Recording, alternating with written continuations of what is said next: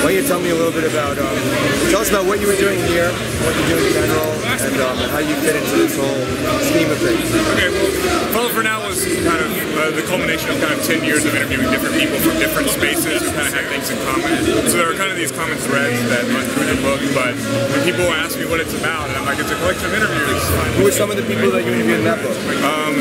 It goes from like A$AP Rock to Steven Johnson and Douglas Rushkoff and DJ Spooky and Bruce Sterling. So it's kind of like a lot of creative people who are thinking outside of whatever they're really working on, and so you can see these connections with people. It almost seems like a precursor to the South by Southwest program. Right, so this is very much about that because everybody knows everything good happens between the disciplines and between the thinking. So I proposed a talk here called Disconnect the Dots, How Our Devices Are Divisive, which is part of the next book I'm working on called The Media Lecture.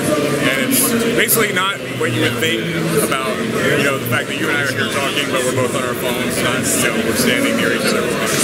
That's the least interesting disconnection that there is to me. There are all these ways that we change our world with technology, and I'm trying to look at them in the most general kind of market kind of sense. And I've got kind of an idea of how that process happens. So I'm being very general because I don't want to talk about specific technologies necessarily. I want to talk about a framework that we can use for when anything new comes out. The kind of core assumption is that every technology falls on a continuum between augmentation and obstruction. So the example I've been using for this is the telephone. The telephone allows us to talk to each other regardless of the space that we're in. We don't have to be in the same place, right? But it cues out all of these nonverbals, my facial expression, it cues out all those things. So it augments our communication in that we don't have to be in the same place to talk, but it obstructs it in that we don't get this rich. And don't get me wrong, a lot of people think that face-to-face communication is like the holy grail, the unmediated communication. It's just mediated differently.